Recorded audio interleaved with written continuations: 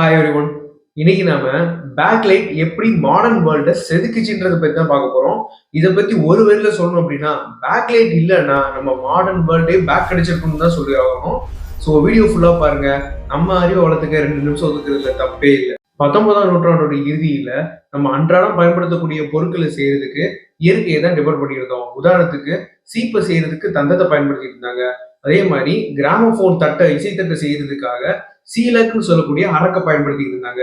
இந்த அரக்குன்றது மரத்துல இருக்கக்கூடிய ஒரு வகையான பூச்சி சுரக்கிற பிசின் கெட்டி ஆறுறதுனால உருவாகக்கூடிய பொருள் தான். லியோ ஹென்ரிக் பேக்லர்னு சொல்லக்கூடிய ஒரு கெமிஸ்ட் இந்த அரக்குக்கு மாற்றா இன்னொரு பொருளை கண்டுபிடிக்கணும்னு நினைச்சுக்கிட்டு இருந்தாரு.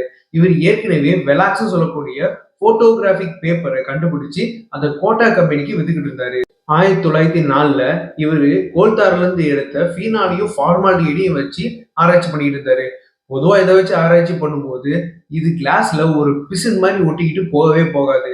ஆனா அன்னைக்கு அவர் அந்த பசையோடைய கடினத்தன்மையை பார்த்தாரு. 1907 வரை தொடர்ச்சியா பண்ணக்கூடிய ஆராய்ச்சியில இவரு ஃபீனாலையும் ஃபார்மாலிட்டியையும் ஒன்னா ஹீட் பண்ணி அது மூலமா ஒரு ரெசினை உற்பத்தி பண்ணி அந்த ரெசினை அவரே ஸ்பெஷலா வடிவமைச்ச பேக்லைசர்னு சொல்லக்கூடிய ஹீட்டையும் ப்ரெஷரையும் கண்ட்ரோல் பண்ணக்கூடிய ஒரு சாம்பர்ல ஊத்தி அதை மோல்டு பண்ணாரு. ஒரு வழியா உலகத்தோட ஃபர்ஸ்ட் தெர்மோசிட்டிங் பிளாஸ்டிக்கான பேக்லைட்டை உருவாக்கிட்டாரு.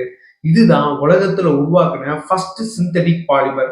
அப்புறம் என்ன 1907 பேக்லைட்டுக்கு பேட்டன்ட் வாங்கினாரு. 1910 பேக்லைட் கார்பரேஷன் ஆரம்பிச்சு ஒரு புது பிளாஸ்டிக் இண்டஸ்ட்ரியே உருவாக்கிட்டாரு.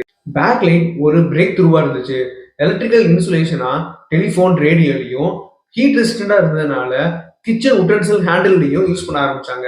இது டியூரபிளாகவும் எல்லா ஷேப்லயும் உருவாக்க முடிஞ்சதுனால ரேடியோ செட்ல இருந்து டபரா செட் வர, கேபிள்ல இருந்து டேபிள் வர எல்லாத்தையுமே பேக்லைட்லயே பண்ணாங்க. பேக்லைட்டை தொடர்ந்து இன்னைக்கு நாம பலவிதமான பிளாஸ்டிக்ஸை யூஸ் பண்ணிட்டு வரோம். அதை ஒழுங்கா ரீசைக்கிள் பண்ணாதனால பலவிதமான என்விரான்மெண்டல் ப்ராப்ளத்தையும் நம்ம ஃபேஸ் பண்ணிட்டு வரோம். கெமிஸ்ட்ரின்றது ஒரு கத்தி மாதிரி. அதை கத்தி கத்தி விற்கலாம், இல்ல அதையே குத்தி கத்த வைக்கலாம்.